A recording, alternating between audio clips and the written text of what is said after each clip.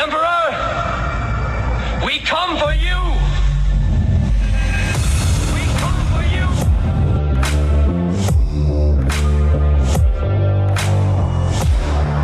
Did IQs just drop sharply while I was away? Long live the fighters!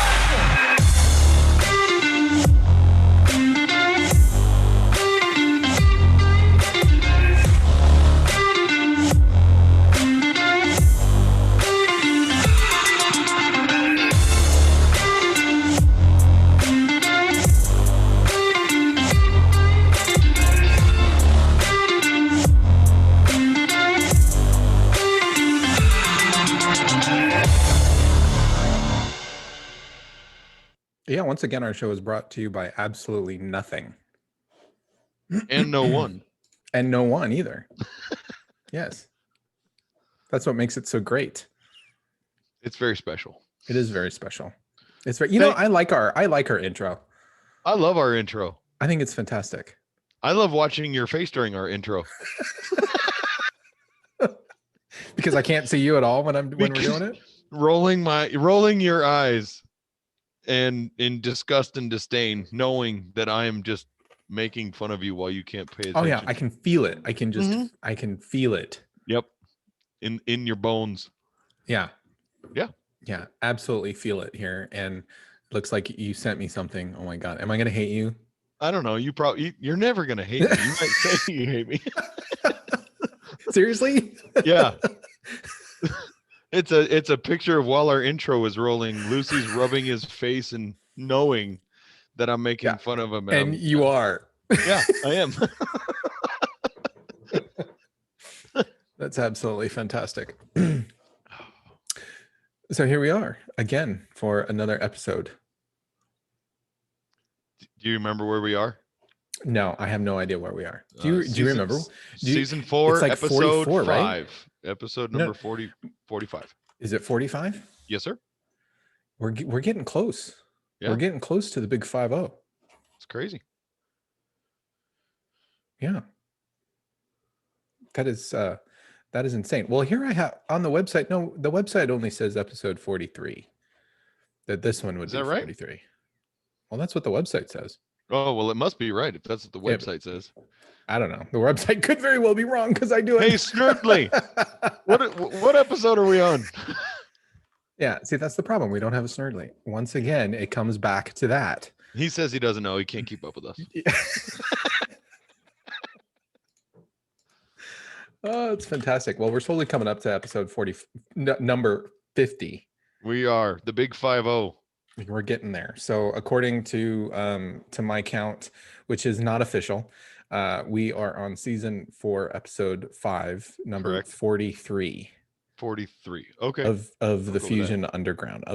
So here at the Fusion Underground, what we try to do is we try to make sense of the world by having principled discussions about such topics as entertainment, current events, politics, and culture. And we're going to do a little bit about that tonight. We're going to talk a little bit about entertainment, current event, politics, and culture. All of that kind of wrapped into one, but I'll get into that in just a second. Our mission is to educate people to become critical thinkers so they can live more empowered and happier lives. As always, I'm your host, Manuel Ramirez, and I'm joined, as always, in the virtual studio by my brother, Jason Moret. How are you doing, sir? I'm good, brother. I'm good. That was a lot. We have so our topics today, what we're going to get into, we're going to talk about villains, and we're going to talk about the internet, the interwebs. Same thing. Villains on the interweb, etc. I don't know.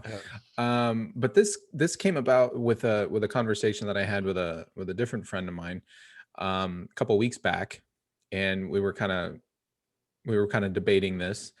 He and I agree, but I wanted to record it and talk to you about it and see where you come down on it. So we're going to talk about villains, and we're going to look at villains in popular culture to kind of get a sense of what villains are and why they're important, why they matter, why good villains are important, especially to telling a good story, and particularly around hero folks.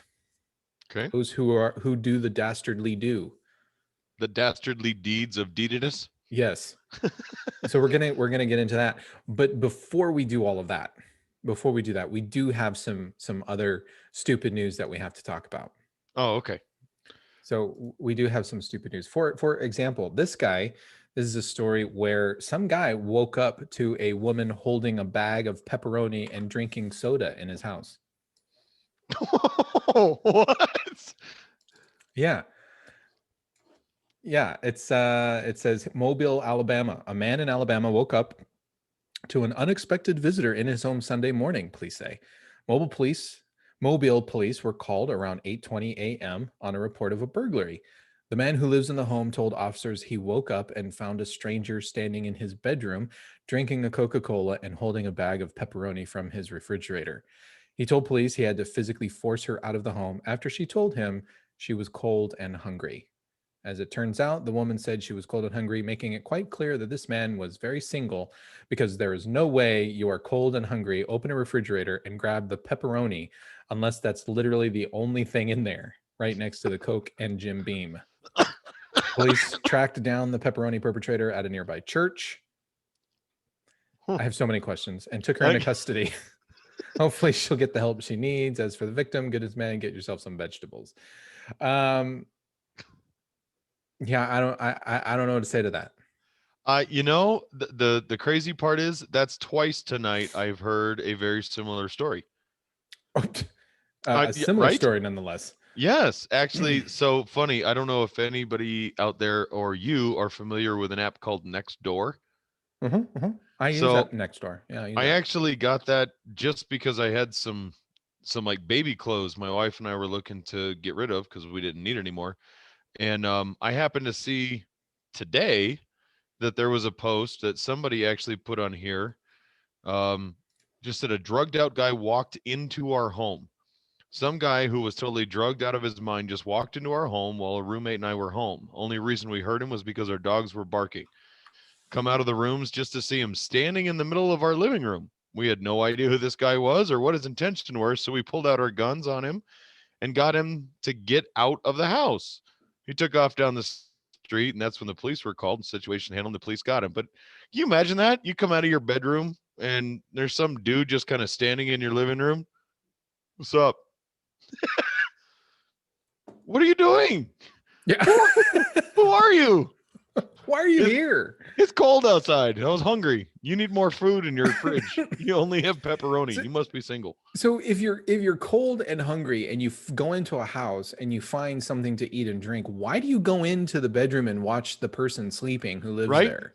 That was the thing I was going, wait, she's just standing over you watching you eat or sleep while she's eating your stuff. I don't understand that. That's wrong on like 900 different levels. Yeah. I don't get it. Very creepy. Yeah, very creepy. Very, very, very creepy. There are strange people out in the world. How about this one? So let's there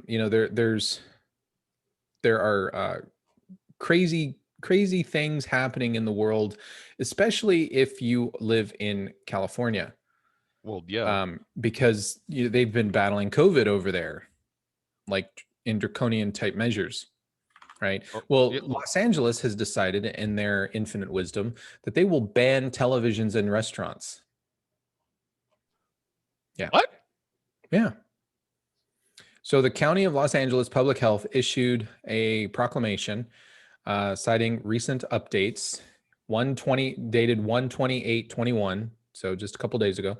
Restaurants and breweries may reopen for outdoor dining, and wineries may reopen for outdoor wine tastings in compliance with this protocol. Because of course, everybody's, the government is now realizing, hey, wait a minute, if all of these businesses are shut down, we don't get any revenue. We got no cheddar.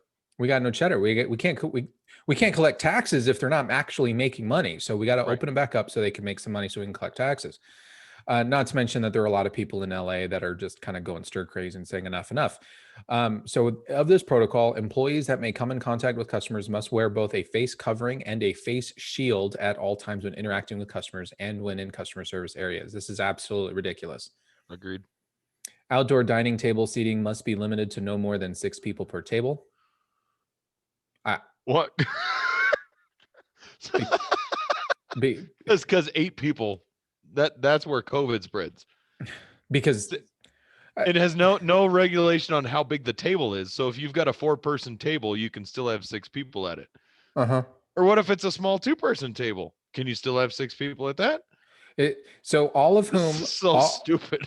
all of whom must be from the same household. Since when do you go out with people from the same household to a bar?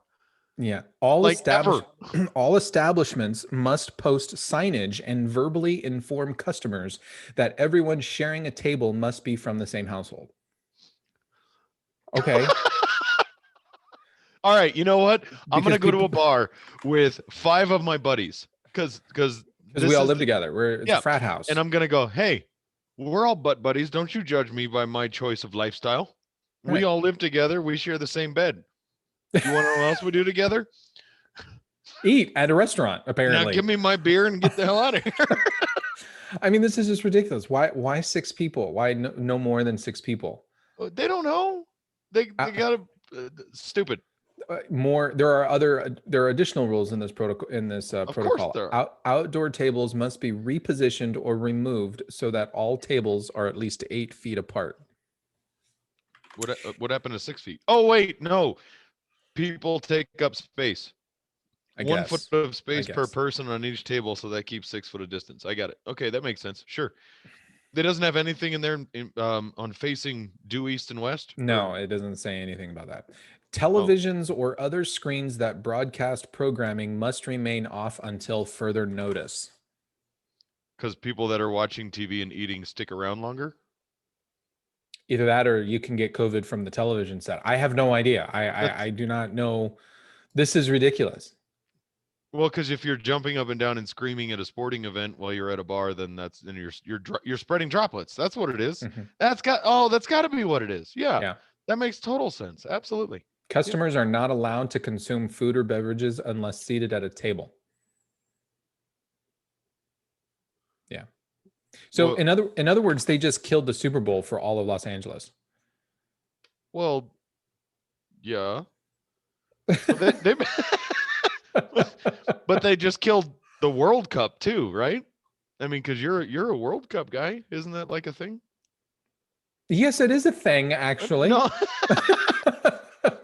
So I said sporting events, and I meant all of them. You know, people could meet around for watching a good game of soccer. That happens too, right? This is just ridiculous. I do want to make mention that something else happened just this last week. COVID numbers went down. No, well, I don't know. I haven't been paying any attention to the numbers. I haven't been paying much attention to the numbers, but Facebook and the American Journal of Medicine. We know who the American Journal of Medicine is, right? Oh yes, we all know who that is. It's the American Journal of Medicine is essentially the de facto place for spreading information, new knowledge related to the practice of medicine. Okay, to get published in that journal is a pretty big deal, and physicians use that journal as basically a foundation for new procedures and new methods of treatment and all of that. Well, that journal, along with Facebook, last week, they issued an apology. Oh, okay. Yeah. And their apology was that hydroxychloroquine, remember that whole thing? Oh yeah, that was a big phony, and this was blah blah blah blah blah, and we turned this into a big thing, and how dare somebody say that that's a treatment or cure? And but yes, well, because Trump said it. Remember, Trump said, "Hey, this is a potential cure," and the media and the left went apeshit over that and said, "No, that it is not a cure." And they were actively campaigning last year. I don't remember. You remember, right? Yeah. Actively campaigning. People were actively campaigning all last summer against hydroxy here to be used for to ban it completely. In fact, a couple of states actually did ban it. I think it was Minnesota was one of the cities. Minnesota was one of the states that actually banned pharmacists from even prescribing it for COVID. And yet the American Journal of Medicine and Facebook came out just a few days ago and said, yeah, about that, those stories that we were saying that hydroxy was bad, we're sorry. It turns out it's actually quite effective. Mm-hmm. Yep. In fact, now there was a study that was recently conducted that that it was something like 71%, 79%. So the latest international testing, this was issued by the American Journal of Medicine, the latest international testing of hydroxy treatment for coronavirus shows countries that had early use of the drug had a 79% lower mortality rate than countries that banned the use of the safe malaria drug. So this is where we're at. I mean, in my opinion, many of these people should be tried. They should go to prison for this kind of stuff. Yeah, but nothing will happen with that because all right. we said this early on. It's all fair in the game of politics and anti-Trump hatred. Whether you liked the sitting president at the time or not, and this was the argument you and I made, I think, over and over. You have to set aside your political bias and actually look at the information. And these are the same people who are all yelling, "Follow the science," right? Correct. Follow the And science, and it's deplorable. yeah, It's deplorable. And yet, I mean, did you see me get outraged and shocked by it? No, because it's what we've come to expect. right. We allow this kind of bullshit to happen over and over and over again. I mean, where's the freaking breaking point where we say enough? Right. And what does that even mean? What does saying enough even mean? What's going to happen when enough of the potentially 70 million people out there say, all right, that's it, I've had enough? What does that look like? Well, and it doesn't really look much like anything, because now we're a week into, just a little over a week in Biden's administration. And you remember that during the entire 4 years that Trump was in office, all of the left kept referring to him as a dictator. Yeah. Talking about how we lived in a dictatorship. Trump was a dictator. We even had Biden out on the campaign trail alluding to the fact that if you sign executive orders, then you are acting as a dictator because you're going around the legislative process. And how many did he sign the day of his inauguration? Well, I don't know exactly how many it was the day. I think it was like 13 or 15 or something crazy. It was like 15 the day of. The day of. Added another 12, I believe it was, within the next 24 to 48 hours. In 10 days, Biden has signed 42 executive orders. Yeah, there you go. 42 executive orders. This is insane. This is, I mean, just at this point, what's Congress even for? That's they don't matter. It does not matter. Congress doesn't matter. And in fact, Congress is building a wall. Remember, we were told for 4 years that walls don't work. Right. We were told that building walls is inhumane. Mm-hmm. It's racist. They don't work. And now because of the riot at the Capitol building, they put up that wall in preparation for the inauguration. And now lawmakers have come out last week and said, yeah, you know, that wall, we're gonna make it permanent. We're gonna build something that's permanent around the Capitol building. This is egregious. I mean, it's disgusting. Absolutely disgusting. The American people now are being kept away, are being pushed out of a building that rightfully belongs to them. This is our capital, our nation's capital, for crying out loud. If you travel to Washington, D.C. now, you're not going to be able to even get close to the Capitol building because there's going to be a wall around it to keep people out. But apparently walls do work.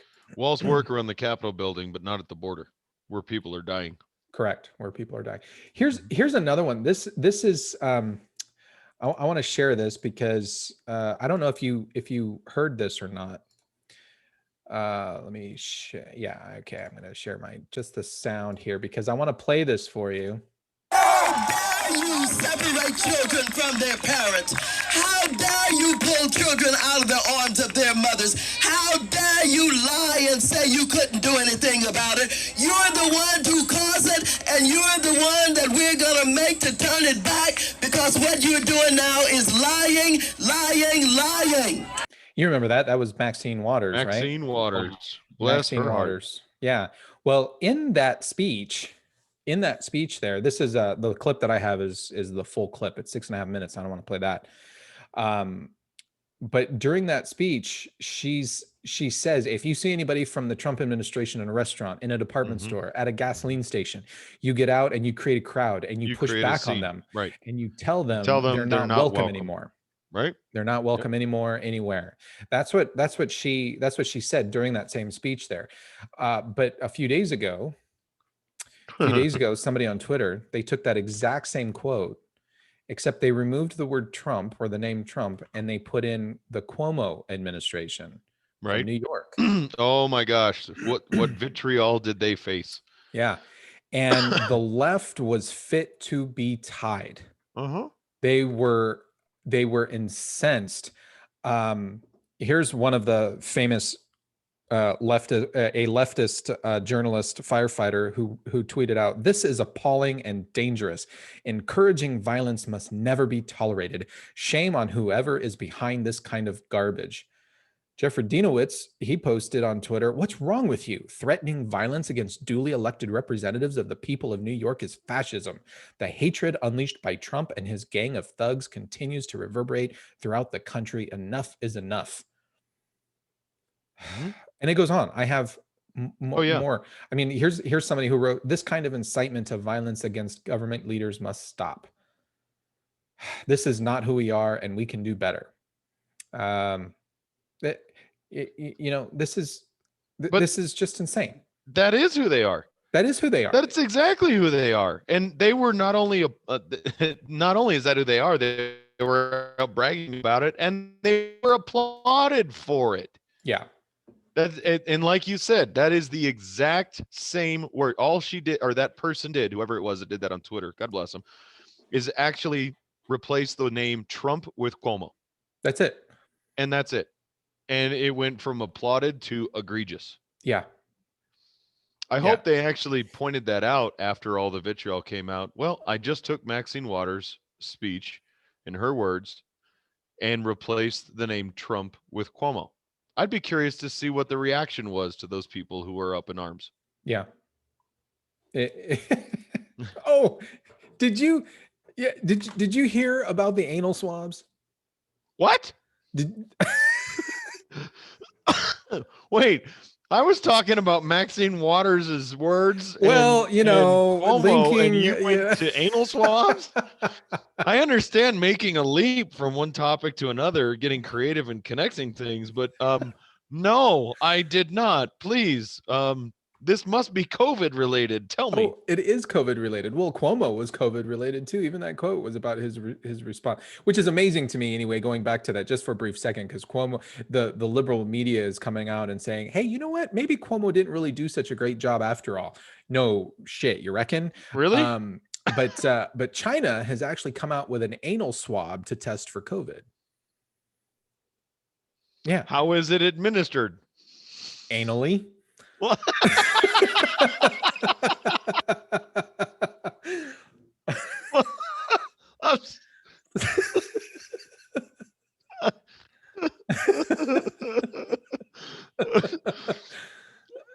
Look, okay, touche. Let me rephrase the question. Please, Dr. Ramirez, tell us more. Well, that's it. That's the whole thing. I mean, that's this is where we're at. This is well, you can't do that. They're actually anal swabbing some people at airports before they get on planes. I hope they're taking them into a back room and doing the whole anal swab. Okay, put your shoes in the bucket. Laptops need to come out of your carry-on. Right. Your watch is out here. Arms up, step through, drop your pants, bend over, hold still, grab your cough. Ankles. Bend over, grab your butt cheeks, spread them apart. Yep. Relax. Squat, bend and spread. Oh, that sucks. And apparently it's supposed to be, really accurate, I guess. What the hell does that even mean, really accurate? I don't know. No, but that's just my point. No, they don't know. I look at patients every day. And I cannot tell you how many people I have looked at their medical chart and seen that there have been COVID tests after COVID test after COVID test, and they're all negative. Mhm. And I've looked at some of these and go, this person has COVID. They do. You can tell just by looking at it. And then 2 weeks later, sure enough, oh, now they're finally testing positive. Well, they've had it the whole dang time. I mean, I don't put any faith in any of those COVID tests whatsoever. I don't care. And on the flip side, I've seen patients who they've been positive for a month and they've never had a fever, they've never had a cough, they've never had anything. It's retarded. I mean, shoot, my brother got COVID. It took him 3 weeks after his wife had it before he finally came down with it. And I think it wasn't until he was in the thick of it that he finally get a positive COVID test. And I mean, lucky, he's counting his blessings because he's one of the lucky few to survive.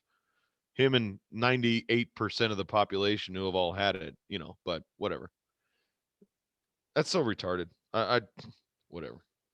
You know what? If you are that worried about whether or not you have COVID, that you are going to bend over and spread your ass cheeks so some random stranger can stick an oversized Q-tip in there, or at least you hope, to check for it, you line up.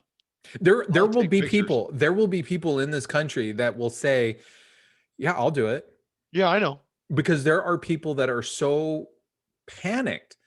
I mean, okay, so let's say for the sake of argument, let's just say that it's a pandemic. Oh, it is a pandemic. Okay, Yes, for I the got sake it. of Okay. argument, let's just say that and just accept that for the time being. Done. Accepted. Moving on. Not only do we have a pandemic, we our country is just mired in panic as well. There was a time where I actually believed that. Well, So I think about half the country is still panicked.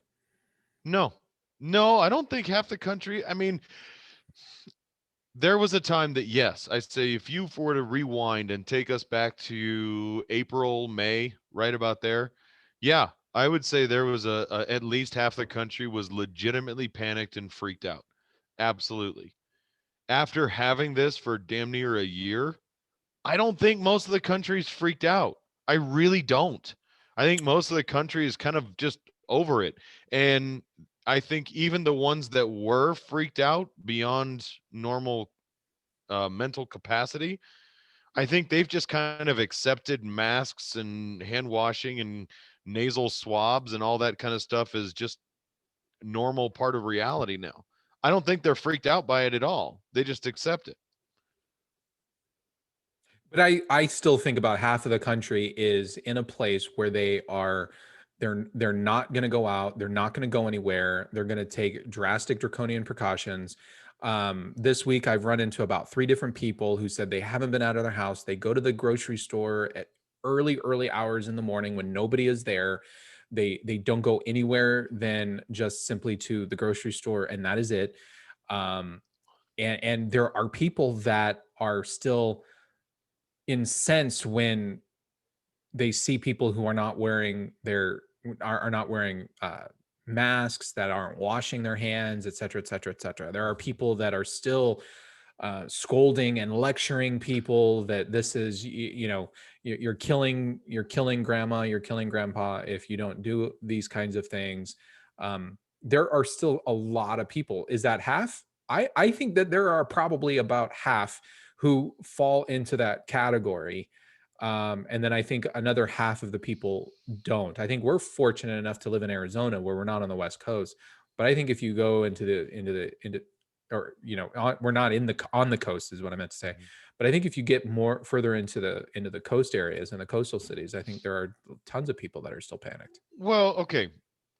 So I look or at least what you're freaked out, if nothing else. I look at what you're saying and I can appreciate it, but I still don't believe half of the people in this country are legitimately terrified by COVID.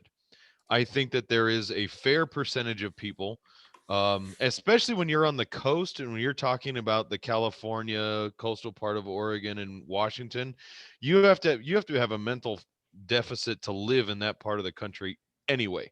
So I only take their mental thinking capacity so far. That being said, I don't think they're freaked out by it either. I think they're so used to being self-righteous and indignated of other people that they look for any reason they can to start, creating a scene. And that includes yelling at some dude in a parking lot because he didn't have his mask on quick enough for you. I don't believe that they're freaked out. I think they're angry, ignorant people. But I don't believe that they're scared. I don't believe anybody is that scared of this anymore. Again, I think it's something that they can jump on a high horse and shout down at other people to make themselves feel more virtuous than their, you know, fellow citizen. Well, I think the people that are scared are scared of other people. I think there are a ton of people in this country, and I would put it probably at about 45% of people in this country who really absolutely want to control the other 60% of the population so Sure. that the other 60% of the population doesn't get them sick. I think that's how they view it, and Okay. they're comfortable in this paranoia about the virus. I think that there are far too many. I mean, the public school teachers is a prime example of that. Mhm. That entire demographic. You're talking a demographic who the vast majority of elementary school teachers in this country are between the ages of like 32 and 35, the vast Yep. majority. And they constantly get new teachers out of college. So they're in their mid 20s as well. But the vast majority of teachers are young enough where COVID is not an issue. It's not going to be an issue for them to get sick. And yet the vast number of teachers are complaining. They're terrified. They don't want to. Well, actually, I wouldn't even say that they're terrified. I don't think that they're actually terrified. I think they've come to realize that they can get away with actually not working, Mhm. and they want to keep it that way. Sure. They're And using this as an excuse to not have to go to work and not have to put up with the crap that they signed up for as teachers to begin with. yep. No, and I don't think most people are terrified or really in fear of any of this kind of stuff. I think COVID has become an excuse for a lot of people in just about every industry. Just about every industry of worker that I've talked to different people COVID has become a catch-all excuse for absolute laziness, absolute lack of any type of customer service or respect for your fellow man or your other people that you work for your customer, for anybody. It's just become this big catch-all excuse of basically I don't really give a shit. Well, and it's going to continue. Sure. I was thinking last year, I kept thinking that it would have abated by now. Because I really thought that at the time that COVID, especially last summer and going into the fall, I really thought that the vast majority of the crap swirling around COVID had to deal more directly with politics, and that after the election, that was going to start subsiding because um, either A, you're stuck with Trump, or B, you weren't, and therefore now we can stop talking about it all. But now I think the politics portion has absolutely died down, but the rhetoric around it has amped up. But all they've done is they've just changed or moved the goalpost, so to speak. And this Mhm. is something that has happened with other topics such as racism. It's happened with things like global warming, where you win the argument, and then in order to keep the argument alive, you have to switch focus. Mhm. I mean, the United States for a number of years was probably the least racist country on the planet, Yeah. given our history and the history of slavery that we had, blah, blah, whatever, right? With the civil rights movement and everything. But there was a time not too long ago and it ended right around in the early 2000s, but up until the 2000s, the United States was by far and away not racist. We didn't even talk about race. Mhm. We had actually, for the most part, pretty much achieved society wide a country that we judged people by the content of their character and not by the color of their skin, according to MLK. Right. But all that has now gone completely out the window. Sure. Right. Because you have people like, you have people who are the race baiters who make money off of this kind of stuff. Mhm. Well, they want to keep getting that paycheck. And so they're going to just simply move the goalposts. Well, the same thing now has happened with COVID. That originally it was very politically motivated, anti-Trump. Now that Trump is gone, people have realized the power that they've globbed onto because of this whole COVID thing. People have received all kinds of benefits or other privileges and perks because of COVID. And now people are continuing with the whole COVID thing. Yep. And go ahead. I told you from the get-go. If you remember, I said this. It's not about Trump. This is about power.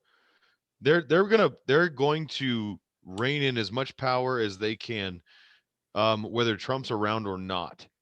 And they're going to do it in spite of him if he's there, and in his absence if he's gone. It doesn't matter. This whole thing, I said from the very get-go. If you remember, I said this is about power and it's about control, and it's about how much they are going to be able to get away with. Yeah. And I warned that we're going to give up all of our liberties, one mandate at a time. Remember, I said it was going to start with masks, and then it was going to go to, curfews, and then it was going to be isolation. And look, all of that shit has happened, and we've continually let it happen. And you weren't wrong. This grab for power and control happened way before Trump. Back in the early 2000s, we didn't talk about race. Well, I told you, you and I were talking about the rise of socialism way back then. And I said, if socialism is going to take hold, you have to get the Marxist idea out there into the mainstream public. Well, one of the biggest marches for Marxism is class warfare, and that includes race. So if you get people hating other people for what you feel you have been left out of, or what you feel that you don't have, then you can use that hatred to mobilize, and you can use that guilt to get people to give up their individual liberties in order to try and satiate that. Well, now it's going to happen even more. We're going to crank that up to 11 here because of what's been happening with GameStop and with AMC and a couple of other brick and mortar stores with the short selling that's been going on. You're looking at me like I have two heads. Have you not been following that story? No, not at all. So over the past week or so, there was a group on Reddit, or a group of people on Reddit who recognized that, hey, you know what? There's a bunch of short selling that's going on of GameStop. So let's organize and buy a bunch of GameStop stock. So they did. Mhm. They started buying GameStop stock, and as a way to stick it to the hedge fund managers that were trying to profit by short selling GameStop stock on the internet. And as a result of that, there are, I think last count, it was estimated that there have been like $70 billion worth of losses from hedge funds, where some of the hedge funds are now facing absolute bankruptcy. They're having to liquidate everything to cover the short selling of these stocks, because you basically, the hedge fund managers are betting that the stocks are going to go down and they're going to profit from that. Mm-hmm. In fact, there are now analysts that are thinking that, looking at the numbers, are saying, you know what, more than 100%, more than all, you have only so much stocks of a company that are available for purchase. And now people are saying that the amount of stocks that are in circulation, or that have been sold, I should say, have actually surpassed by 100% the amount of stock. So if you had 100 shares, they've sold technically 200 shares.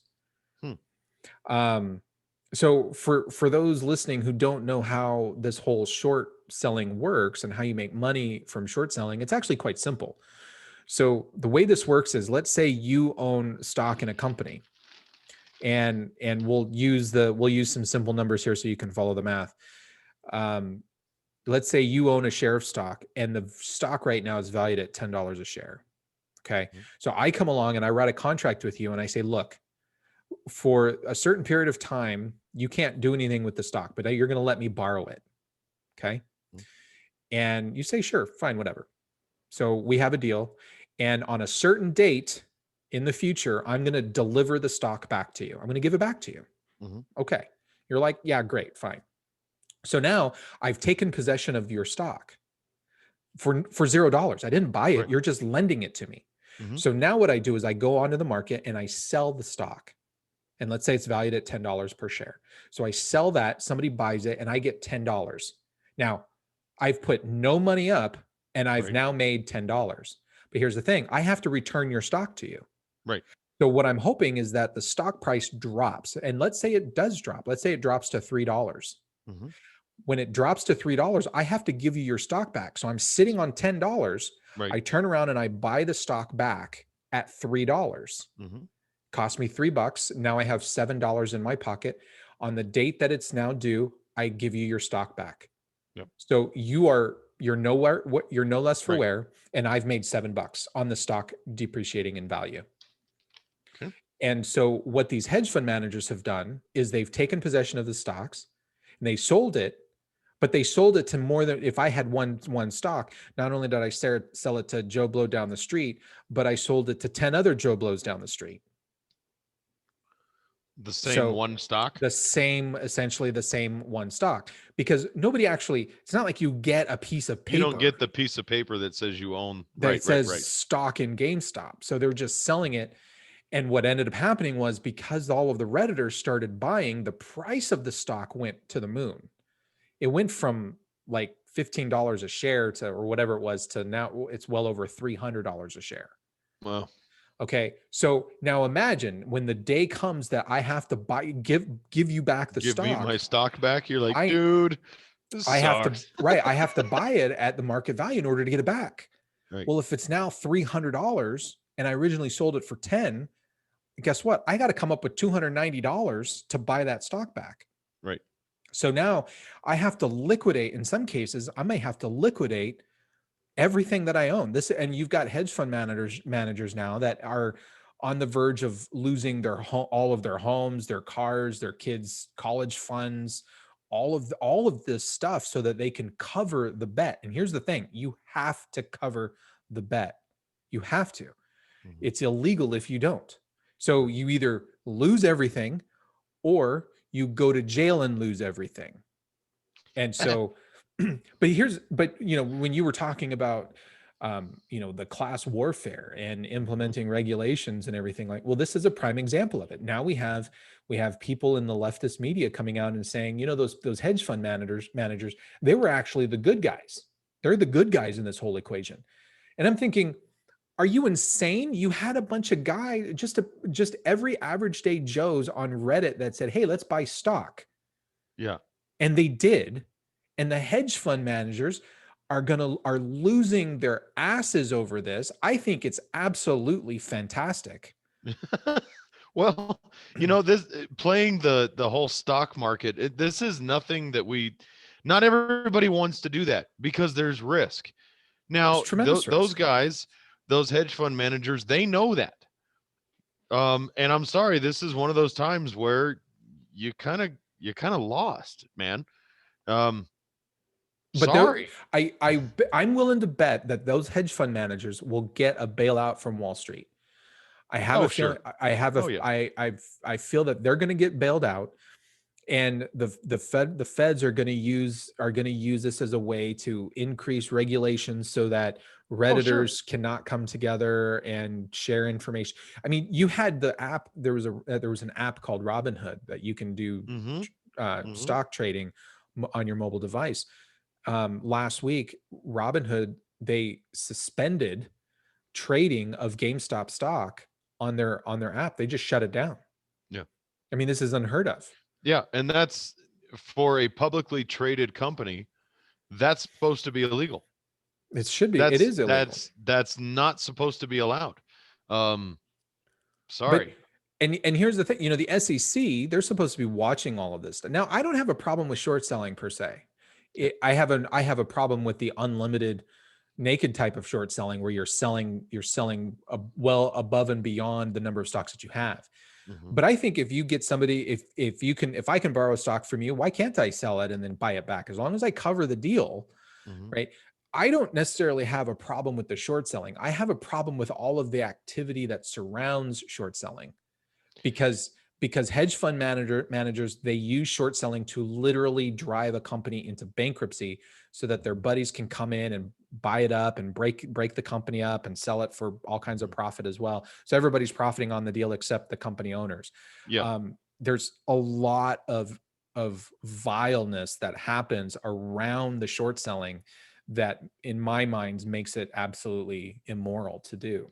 Yeah. Well, and it'd be different if like in the example that you said, if I lend you a stock and you hold it, you pay $10 for it, you sell it to someone else and then buy it back cheaper, that's one thing.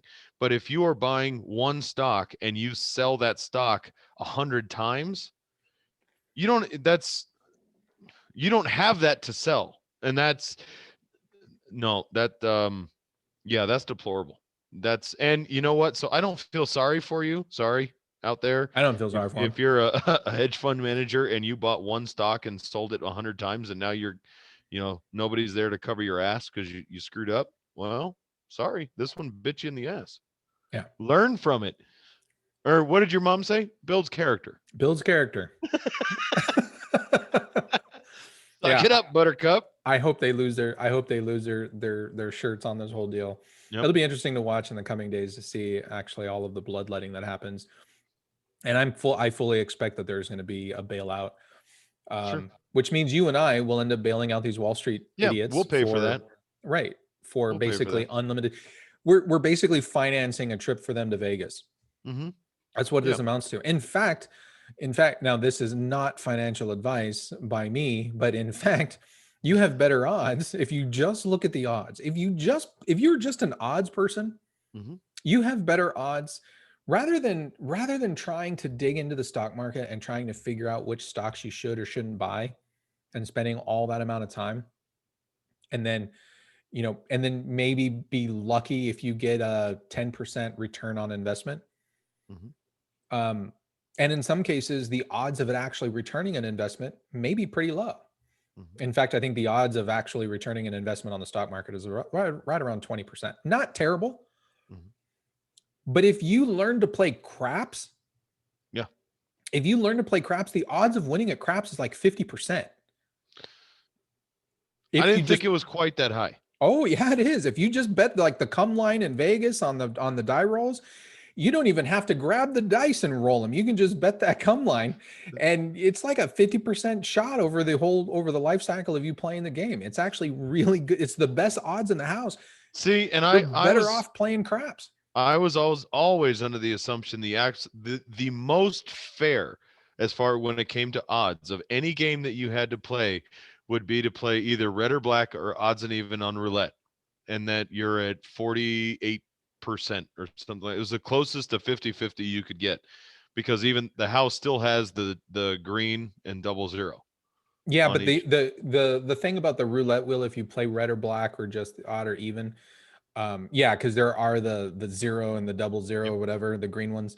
It's like a 48% shot, but the returns on those aren't as high. They're much better returns on the craps table. It's 1 for 1. I mean, you Yeah. bet $1, you get $2. Yay! I mean, that's what you got. Yeah, the better returns are playing the craps table if you learn how to play.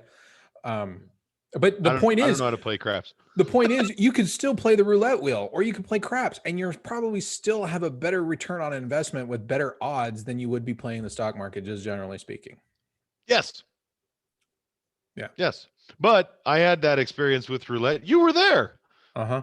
You were there. I played for a whole weekend in Laughlin on $40 and walked away with $160 of cash money after a whole weekend of sitting at a roulette table, pretty much playing odds and evens. Right. Because that's the conservative minded high stakes gambler I am right there. Wager $5, win $5, and dude, I had a blast all weekend long. But you actually got a pretty good return for for $40. Heck yeah. You probably would have lost all that in the same amount of time playing on the stock market. Oh, I'd have lost that in about a minute. Yeah. Invest all your money into Enron. That sounds like a reputable company, right? Yeah, that sounds good. Let's do that. And it's gone. Damn. All right. Well, let's talk about the internet and let's talk about villains. Okay. Same. Same. Yeah. Same. So, the first thing, talking about villains, right? So Okay. we've got, you know, we have villains that show up in all kinds of media, video games, movies, television shows, right? Even if it's just a regular medical drama, you'll have a good villain that's on that show. If it's a good show. You have to have a good villain to drive the story forward and to Right. give the hero something to rally everyone behind to overcome. So what makes a villain a good villain? I think a good villain or good antagonist is someone that challenges the protagonist to grow and unite other people, potentially face their own inner demons, whatever they may be, learn from their experiences, grow as an individual, get better, and win the day. Do you have That's the idea. Do you have some films that have a really good villain in them? Oh gosh. Well, of course, pick one. All right, let's take Star Wars. Darth Vader, probably one of the greatest villains ever. I don't know. I know you're a big Star Wars fan, so I just threw it out there. Well, I used to be. I used to consider myself to be a big Star Wars fan. Well, no, we only talk about the Star Wars. So that's Okay. just episode, was it 4, 5, and 6? 4, 5, 6? Yeah. Yeah. Yeah. Everything else can go away. I don't care. Yeah. Well, one of my favorite movies that I love, and it has a great villain in it, is Die Hard. Awesome. With Yeah. Hans Gruber, right? And what I love about that movie is at the beginning of the film, you've got John McClane, right? And he's the hero, and he's wearing that wife beater tank top. Mm-hmm. And at the start of the movie, that thing is clean. It's white. Right? That thing is so white. And at the end of the movie, that thing is black. Like it's as black as your shirt. By the end of the movie. He's just, well, yeah, by the end, he's not even wearing it anymore. Yeah. But right before then, it's all bloody and it's just black and he's all beat up, of course. And part of what makes, his challenges so difficult is the tenacity by which Hans Gruber hunts him. Mm-hmm. There's that terrible scene. It still makes me cringe every time I see it, where he tells his guys, he says, shoot the glass. Yeah. Because he saw John McClane barefoot and he knows that he's barefoot. And so there's just glass shards everywhere and he has to run through it in order to stay alive. And he's bleeding, and he can't walk. He's basically crippled, after that scene. It's towards the end of the film. But what makes that film so good is how powerful and how voracious Hans Gruber is as a villain. And then when he finally is defeated at the end of the film, when he finally, falls from the building and falls to his death, there's a sense of accomplishment because we've seen John McClane, battle everything and barely get out of it. In every single encounter with the terrorists. Right. And the whole audience just sighs a overwhelming sigh of relief that finally the journey's come to an end. Finally, he's overcome. We've overcome, because that's something else too, that a good antagonist or villain actually unites the audience to side with the hero. Right. And you have to then create somebody so voracious that the audience has to hate them enough to side with the heroes. I mean, another example, we'll take the Avengers movies. With what the heck's his face? The purple face. Grimace from Burger King. What the heck is his name? Thanos. Thanos, thank you. Everybody has to hate him so much that they feel this immediate connection to those heroes to fight them, so that when he's defeated, it feels like the audience's victory is as well. That's what makes a great villain. Yeah, and the hero has to overcome the power of that villain. So the hero has to be beaten up by that villain. Bad, sometimes really bad. Right? I mean, we're talking Ivan Drago and Rocky Balboa bad. Yes. Well, and that's what made Drago such a great character, right? We Yeah. watched him kill Apollo. Apollo Creed, right? He yeah. kills Apollo Creed, beats the crap out of Rocky, and then at the end of the movie, at the end of that film, you know, after Drago says, "I must break you." I must break you. You Well, know. that was after him saying, "If he dies, he dies." If he dies, he dies. Such a Right. great character. Oh yeah. It's as cheesy as that Rocky film is. Terrible. It's, Love it. Still it's- my favorite. It's not a great Rocky film. It's not a great film. My favorite Rocky film. I don't care what anybody out there says. That one's still my favorite. And I remember going to see that movie in the theaters. One of the first movies I remember ever seeing in the movie theater. I saw that one and I saw it with my dad. And I was so mad because I was an itty bitty kid and I liked the Russian. Yeah. And he lost. Yeah. And I walked out of the movie theater very, very upset.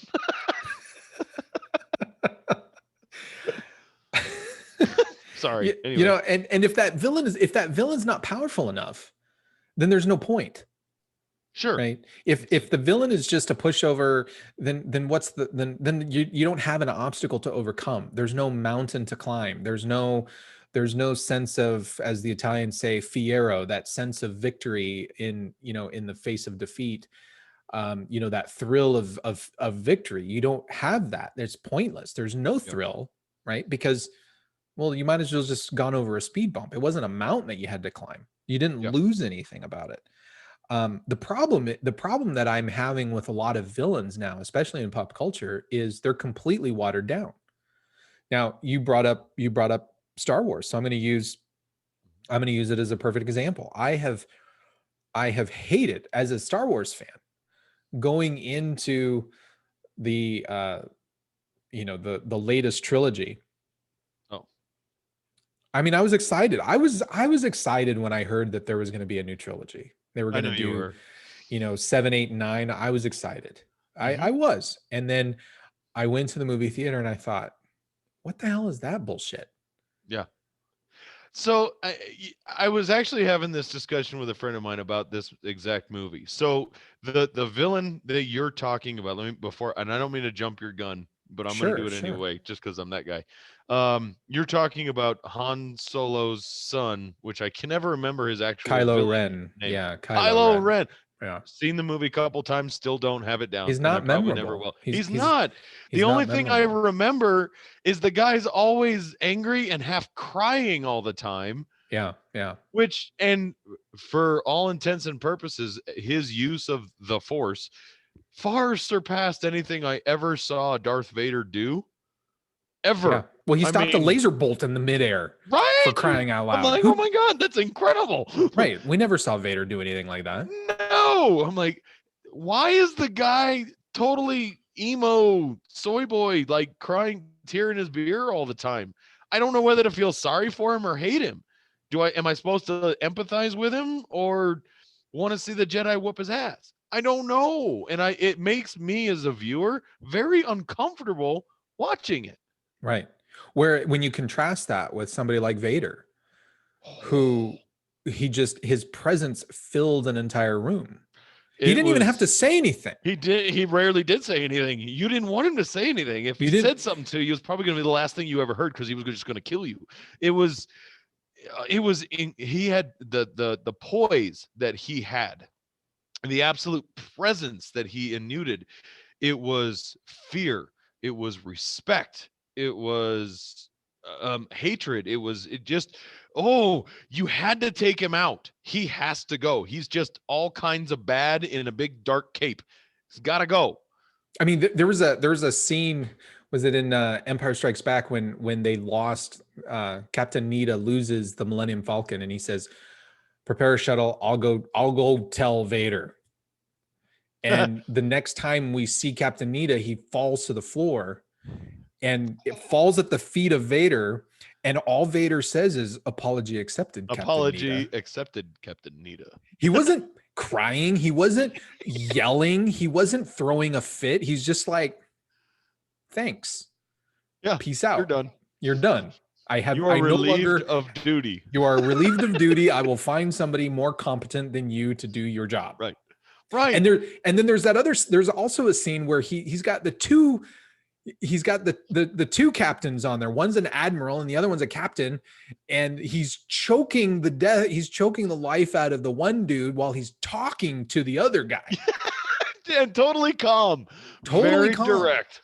The admiral dude drops to the ground and he looks at Piet and says, "You're in command now, Admiral Piet." He promoted him. Here's your promotion. Yeah, I just killed your boss. Could you know, you be sitting there going, I don't want it. I'm good. And he even's trying to like look over and he's like, no, I don't even want to look at the guy. I might piss off Vader, right? So Vader was just like, he was stoic the entire time. He was just this presence that filled a room.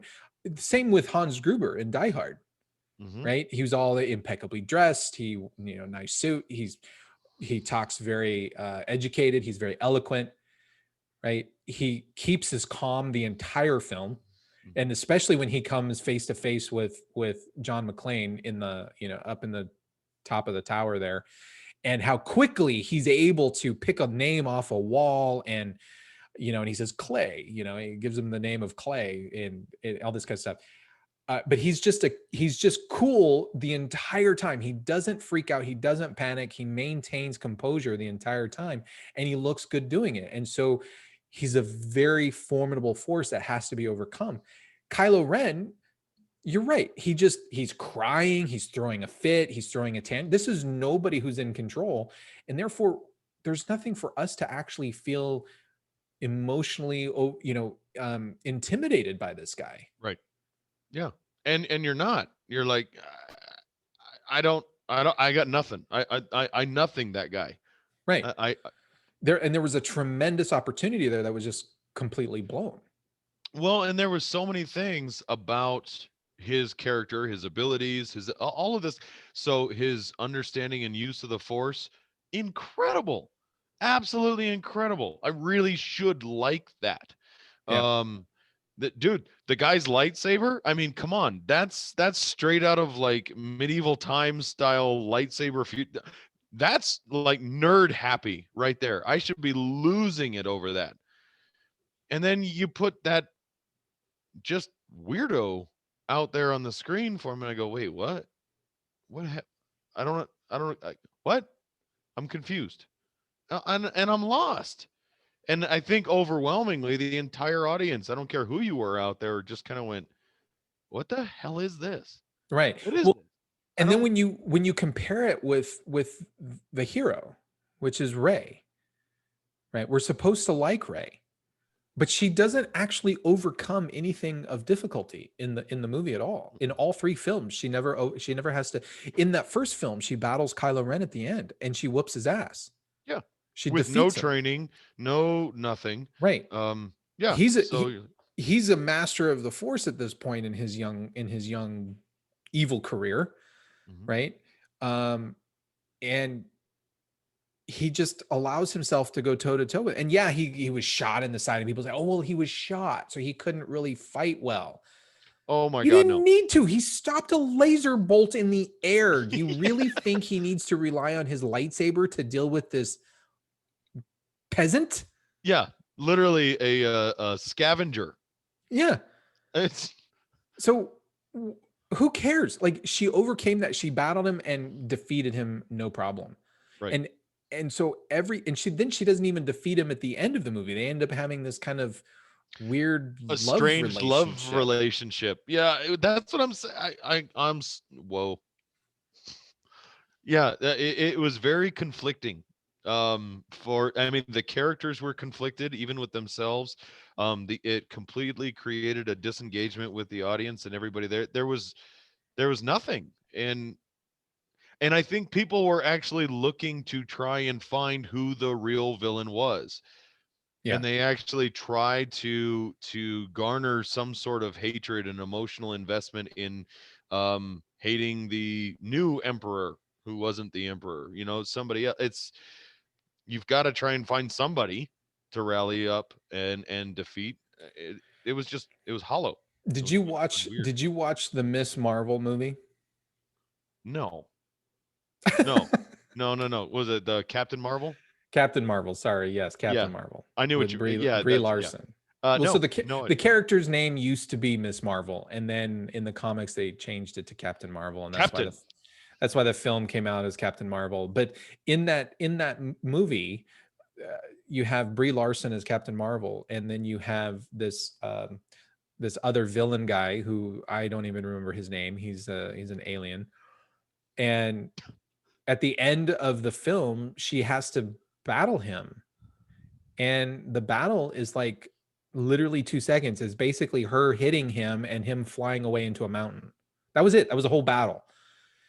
And so there was nothing, again, there was nothing for the character, the hero, to overcome. There was no villain to battle. There was no huge stakes. And so this is a problem that I'm having, and I think this is a function of the woke culture that we're in. We're in this woke culture where we have these female heroes, and the female heroes, well, they're supposed to be all powerful because they're women. Okay, but you can't beat them up, because if you beat them up, then now that's the patriarchy. And so there's no, there's nothing for them to overcome. There's no sense of risk. There's no, and as a consequence, there's no reward when they finally do win. Yeah, well, and I don't think it's definitely not just a female thing, and I don't think that's only because it's. I think you're right. I think it's part of the culture we're in now. I remember what the heck was her big lip name? Angelina Jolie, Tomb Raider. I, you remember the Tomb Raider movies? Yeah. There were good, decent villains in there. I mean, overall, the movies weren't incredibly great, but the villains, and I still think my favorite villain, just in any of the movies, was Lord Blackthorne in the Sherlock Holmes movie. Mm-hmm. Was an awesome villain, but again, challenged Sherlock Holmes to figure out what was going on and how things were happening, and constantly changing his perceptions. And you saw our hero um, have to really buckle down and overcome a lot of obstacles, even when their back was totally against the wall. And that's important. And I don't think that's happening with a lot of our movies out there, regardless of gender. I just don't think that we're putting any emphasis on that. Well, I think it's highlighted when we have a female hero. Okay. And Captain Marvel, the Star Wars films are perfect examples of those, where we have a female hero, and and and as a result, Hollywood needs that female hero to be the superstar. Great, I don't have a problem with that. And but they don't want to put a villain in their way to challenge them, and so they water it down, and we're supposed to just kind of see that and say, well, that's no big deal. But yet Hollywood also forgets, and so do a lot of these people that are involved in this woke culture right now. They forget that there's been a history in Hollywood for a long time. There have been other female heroines that people like you and I have rooted for. Yeah. Aliens is a perfect example. The Alien series Yeah. is a perfect example in the character of Ellen Ripley, who had to overcome. But here's the thing about Ellen Ripley. While Ellen Ripley, she was, I remember seeing the movie Aliens several times in the theaters. When that came out, my gosh, I think I saw it probably 8 or 9 times in the movie theater alone. You do not want to watch Aliens with me, because I can recite just about every single line of dialogue in that film. Usually I have people, if I watch the movie with somebody, I recite the dialogue and people tell me to shut the hell up. I have to watch that movie by myself. Okay. Because I recite the dialogue the entire time. Two of the best characters in that movie are women. You have the character of Vasquez and the character of Ellen Ripley. And I remember back in the 80s when that movie came out, Ellen Ripley was regarded in that film Aliens as this gun-toting woman who kicks ass. She didn't even pick up the gun until halfway through the film. or Yeah. more than halfway, just before the third act. But she got out of situations and she had to dig deep. But yet while watching that film, here's what's great about that kind of a film is you're watching Ripley in the movie, and you she's not a female actress playing as a man on screen. And that's what Brie Larson did in Captain Marvel.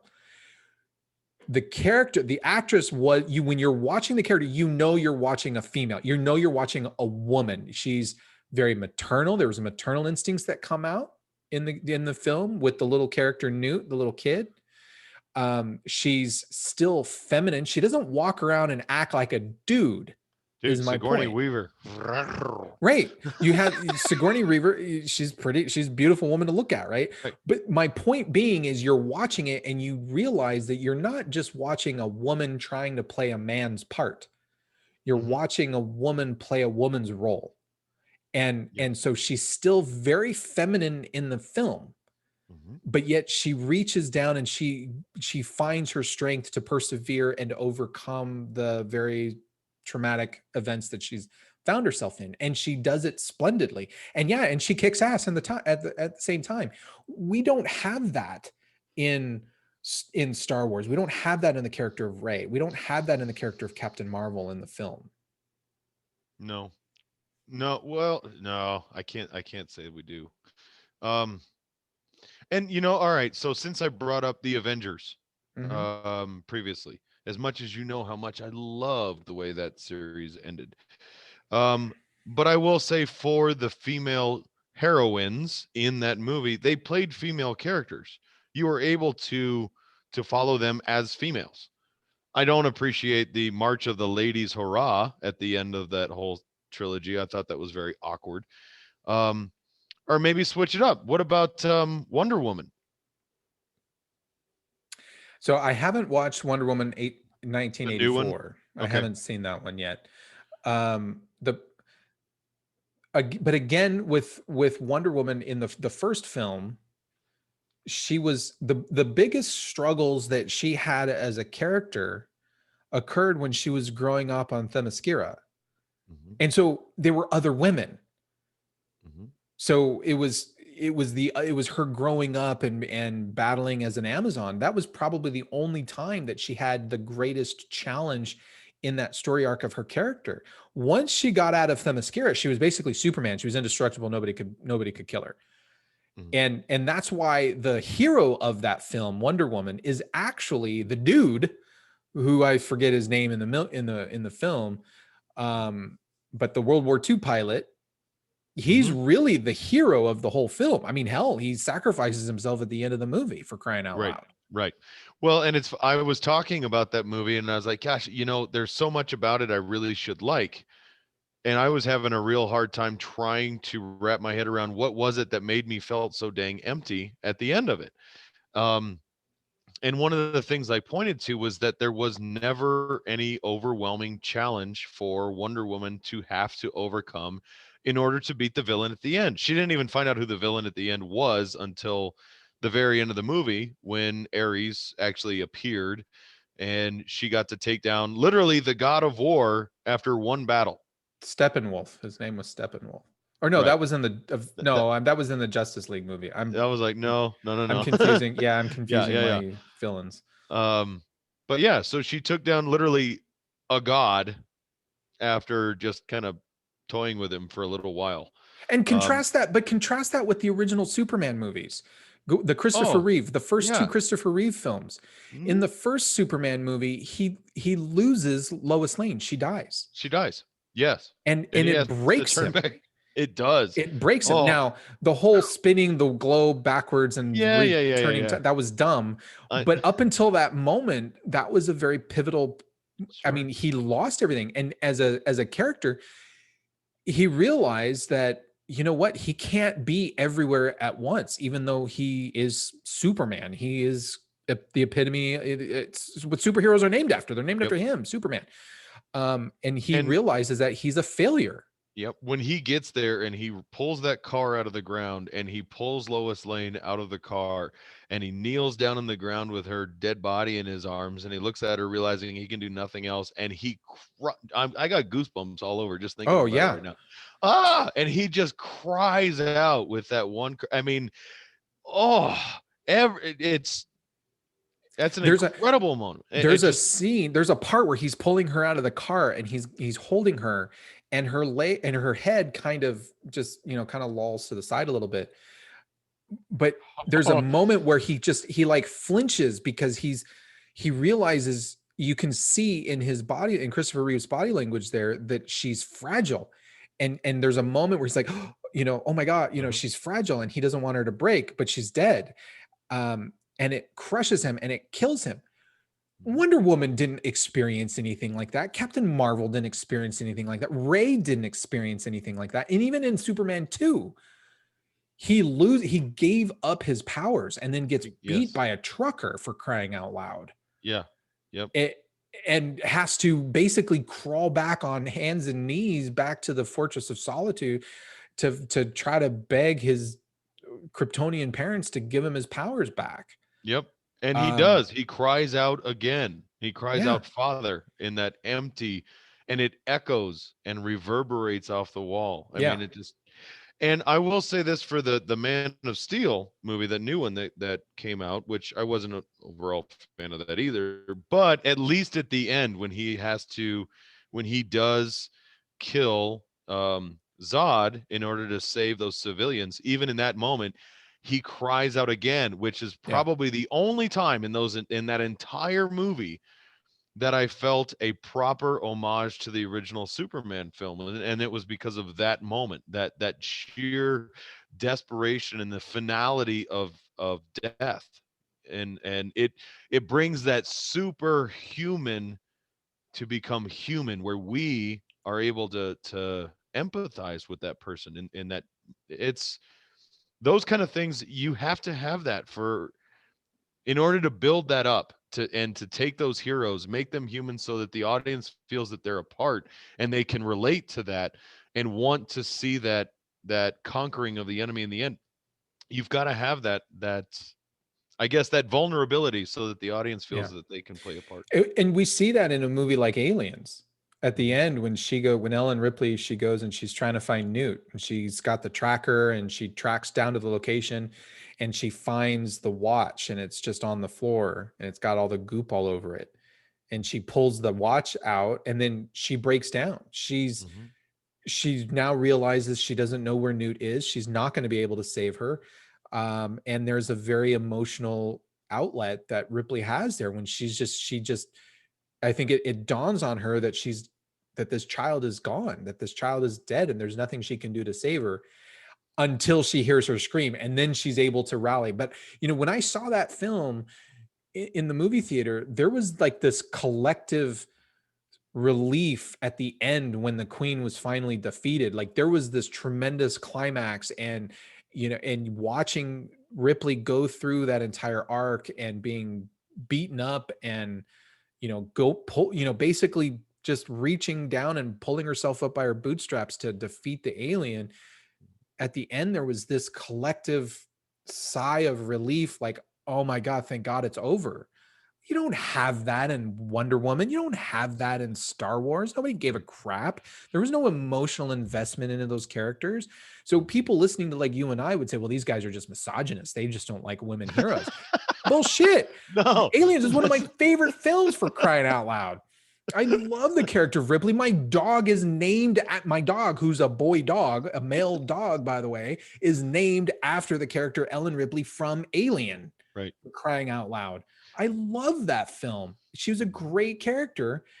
It's just that we live in this woke society now where we don't even know how to deal with villains. We don't know how to deal with, we're dealing with female heroes with kid gloves. Yeah.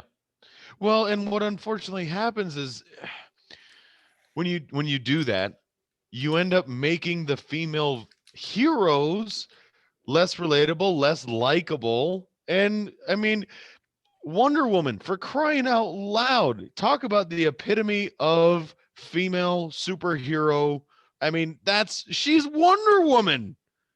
She was attractive. She was powerful. She was strong. She had the golden lasso that could get anyone to tell the truth. I mean, it was like bam, everything, total package. And you put her in a place, that character, where nobody's interested in it. I don't believe that that's because people don't like female superheroes. I don't believe that. People like female heroes. But dagummit, give them something that gives them character and relatability. Here's what, okay, let's take the superheroes out of it. And I'm not even going to put a good villain into it. One of my favorite movies of all time is A League of Their Own. Oh, it's a great movie. I It's love that all movie. about women I saw that movie. overcoming. I saw that movie wa- like 3 or 4 times in the theater alone when it came out. Yeah, The summer I came watched out. it just Great movie. it's been on a lot recently. Watch the hell out of that movie. You talk about real women Mhm. overcoming the stereotypes of their day, Mhm. and going literally to battle on a ball field.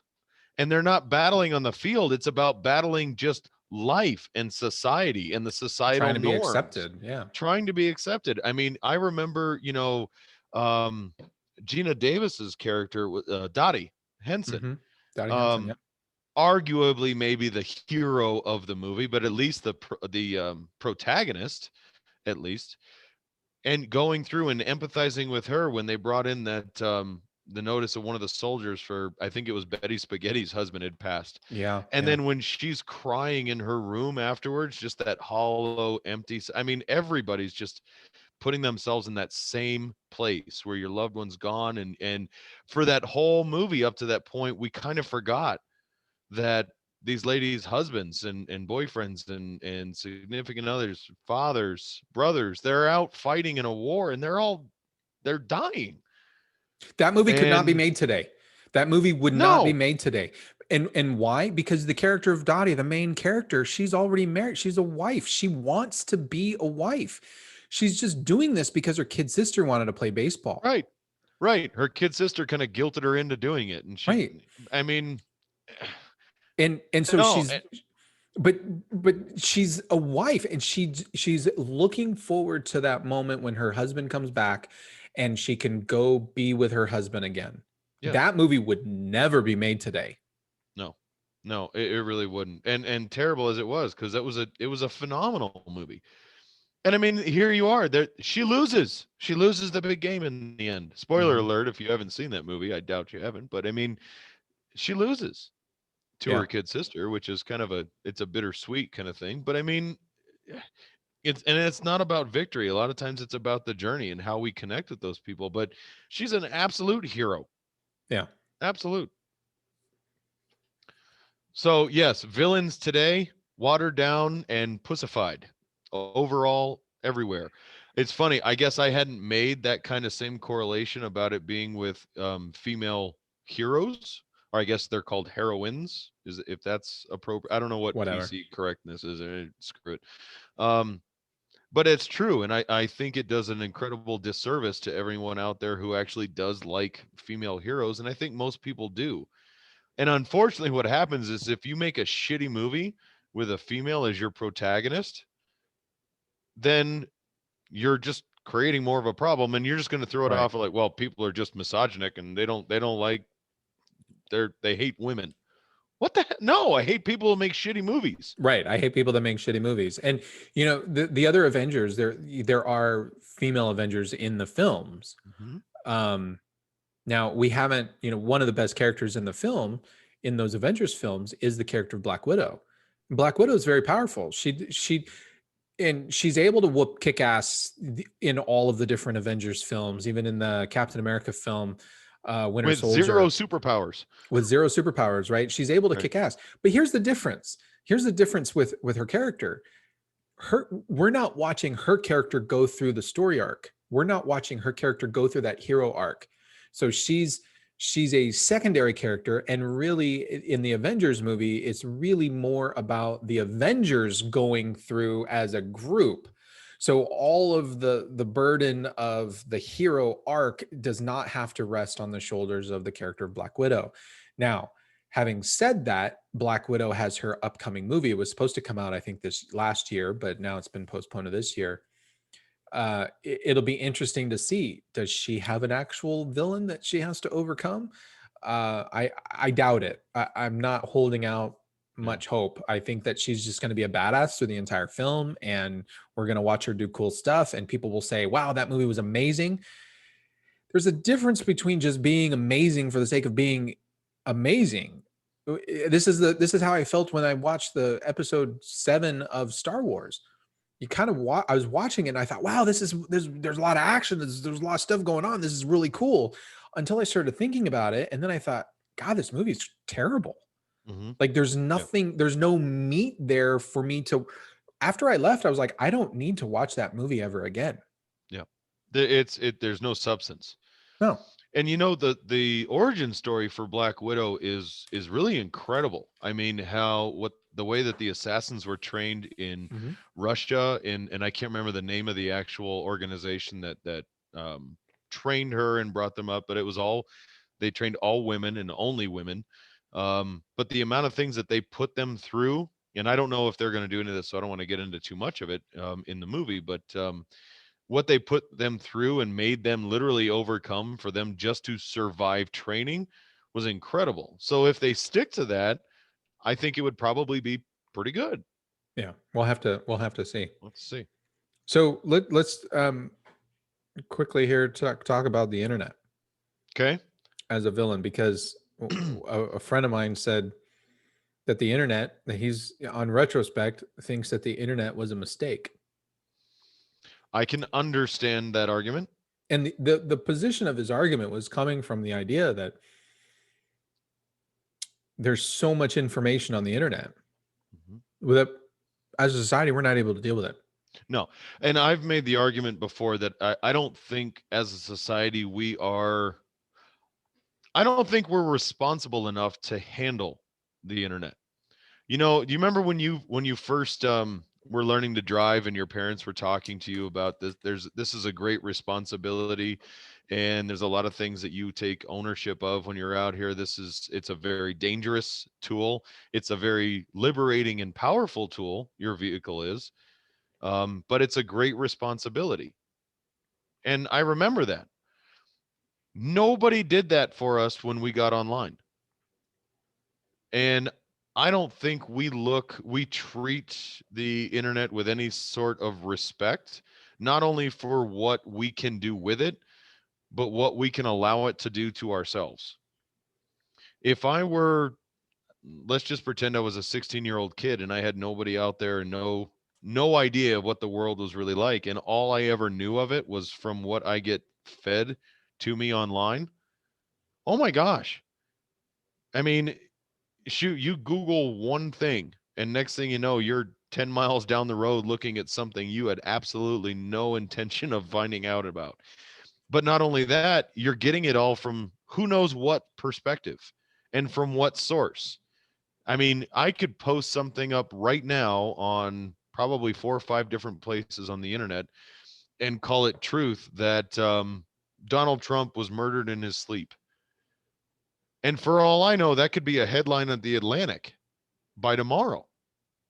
I mean, they don't fact check anything before they run it anyway. So, but the point I make is, information flows very, very, very fast and very freely without any obstruction. And yet there's a lot of other controls on things that some people do say. We've talked about people getting canceled off of random sites. Hell, we had a whole discussion about Parler got completely shut down. I mean, that's silencing an entire voice of people. So no, I don't think as a society we are still, I don't think we're prepared and can handle the responsibility of what the internet can and can't do. Sadly, I think the internet has actually made people less educated. Oh, absolutely. When I remember distinctly being in 5th grade. No, 5th grade? Yeah, 5th grade. I remember distinctly being in 5th grade, and my instructor at the time, Mrs. Canoe, we called her Mrs. Battleship, but her name was Mrs. Canoe, not spelled Canoe. Knue, I think is how it was spelled. I don't remember. But everybody called her Mrs. Battleship. Not to her face, obviously, because we were terrified of her. But I remember her talking about how, just talking about things in the future. I don't remember what class it was in. I don't remember anything of that. I just remember her talking about imagining, trying to get us as kids to imagine a world where information was at our fingertips. And excuse me. And if there was information, just like, she was talking about like a library, for example, if we could access it instantly, because computers were slowly coming along at that time. Sure. I mean, they were ancient. It was like people were thinking about what could computers do in the future.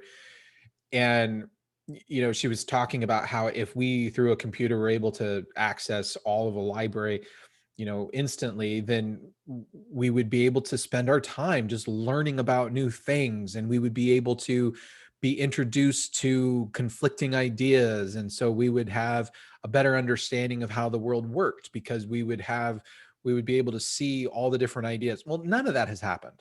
No. I mean, no. access has happened. Access to information has happened. The what access to that's the information, created, yes, is a bunch of drones who are completely too lazy to actually look at anything or anyone else.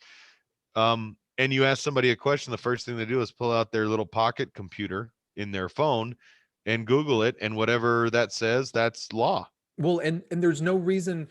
We've taken a stance, even in school, in like elementary school and high school, we've taken a stance that, well, students don't really need to learn anything, because if they ever really need to know anything in the future, all they have to do is Google it.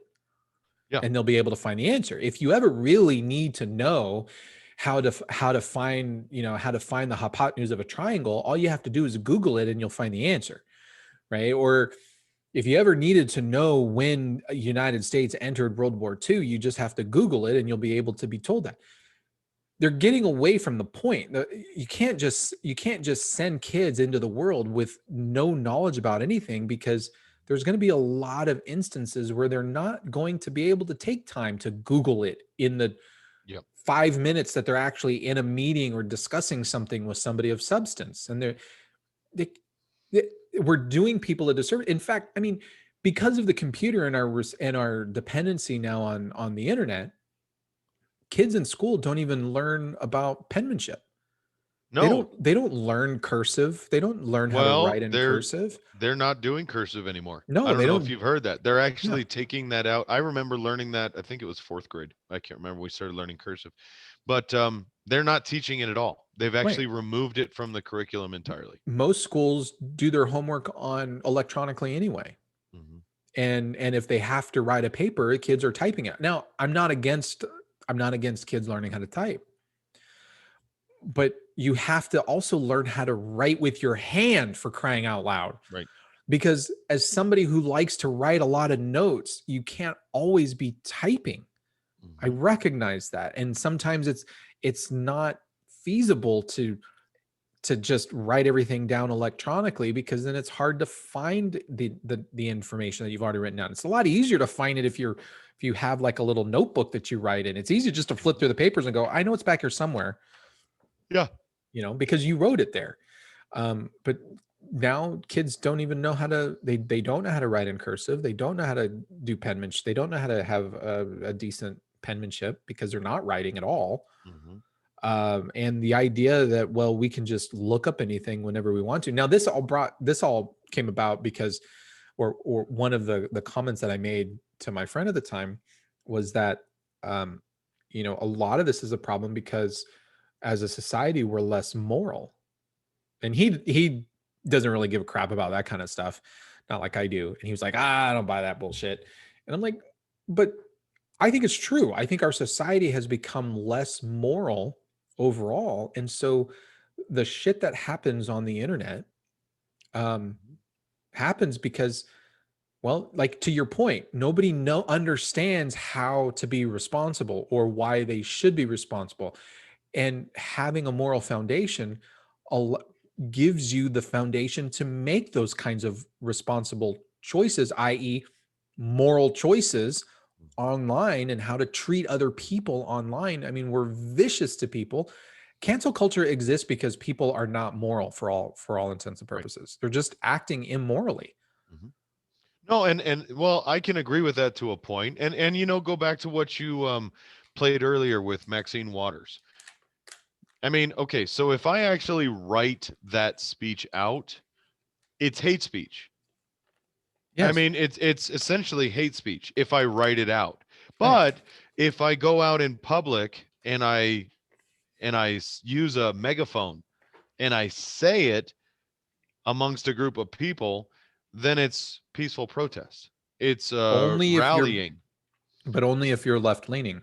Well, and so okay, so to that point, now I'll get there in a minute. So I don't want to go into the actual political nature of right or left side. What I'm saying is specifically when it comes to writing versus verbal speech. Verbal speech in public usually is in a small group. Now you take that and put it on the internet, and this is what I was getting to as far as the responsibility of it. It has a much wider reach of potential wider reach of audience besides you and me, because we still only reach about 5 people. Right. Right. But it has a much wider reach in whom it can affect, and you have to be cognizant of that when you're addressing, whether it's a room full of people, whether you're writing a personal note in a diary, or you're going to submit it on paper to a teacher or something like that.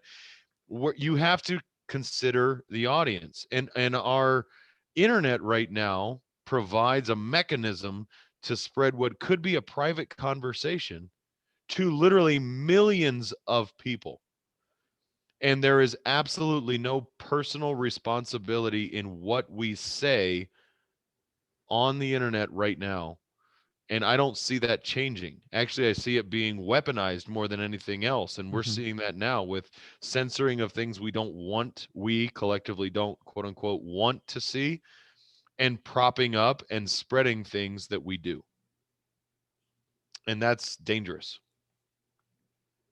Well, it's dangerous for a number of reasons because you know, more so than anything, it's dangerous because if you start silencing certain people, then you start developing a collectivist form of thinking, and Correct.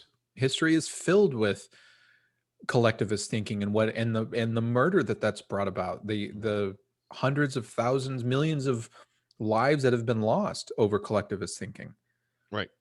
Well, and so we talked before, you don't need to know anything, you just Google it. Well, what if you don't want to use Google? I mean, this is what I'm talking, even on that small level. When did what used an example, when did we enter World War II? Well, what happens if somebody decides that they're going to change that? Now you're like, well, Jason, you can't change history. Oh, really? That's happening, my friend. That is happening right now. But somebody, whoever is running that engine that you're using, whether it's a search engine or whatever search you're running, somebody is making a decision on what shows up first when you type in any search for anything. And when we train our public to take whatever comes up first on that phone, that little device that computer in our pocket that we have, and that first result we get, that is law, that's gospel, that's Bible, that's dangerous. That means we are setting ourselves up to be controlled by someone. So, Because but so here's the thing: when you learn how to find the hypotenuse of a triangle, you're going to have students everywhere who say, why do I need to know how to do this? We have educators today that say, yeah, my students don't need to learn how to do that. They can just Google it. I'm just teaching them how to put the equation into Google and have Google solve it for them. What you're doing is you're teaching kids not to think. correct. And when you learn how to find the hypotenuse of a triangle, okay, when you learn how to do those kinds of things, when you learn how to write equations by hand, when you learn how to write in cursive, those actions engage with other parts of your brain. And we know this. They unlock other parts of your brain and help learning over time. They help you learn how to think. when you're dealing with these crazy equations, and I remember being in 6th, 7th, 8th grade and saying, I'm never going to have to do this, a squared plus b squared equals c squared. Who cares? I'm never going to do this, right? I'm never going to be in a position where I'm going to have to solve for that. No, you probably won't, but that's not the point. The point is, by you learning how to solve mathematical equations, for example, you're learning how to think logically.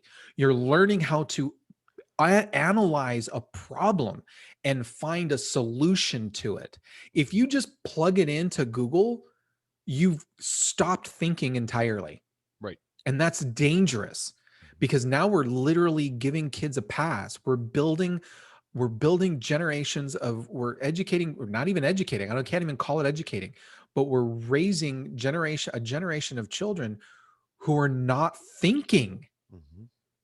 And we're okay with that. And that's very, very dangerous. Incredibly. And like I said, you're creating literally drones who are going to take whatever people say at face value for law. There's some sick people in the world. I cringe at the idea of my daughter growing up, because she's a very trusting person. And I love that about her, but that terrifies me. Sure. Because not everybody out there is honest. Right. My daughter, or someone else's daughter, or someone else's son, for that matter, the children of the world today, and I mean children all the way up from 1-year-old to 28, because some of the 26-year I met are still very, very much children. We do not want people who cannot think for themselves out there, because they're going to be running the world here very, very soon. And even we don't have to get that dramatic. They're human beings, and we want the best for them. I want the best for my kids, just like I know you want the best for yours, and everyone out there in the sound of my voice, we all do. Then damn it, we got to stand up and say, look, we got to teach people how to think. I loved math growing up. I loved math. I still love math. I love being able to look at a problem and go, all right, is there another way to solve this? Because I'm losing it here. Let me try it a different way. I mean, that's just in that idea of thinking, how many different ways can I get to one solution for this problem? I can try and attack it from 4 different places. I mean, even word problems, which I know you remember word problems in math. Everybody hated word problems. Yeah. I kind of liked word problems because it was a mystery.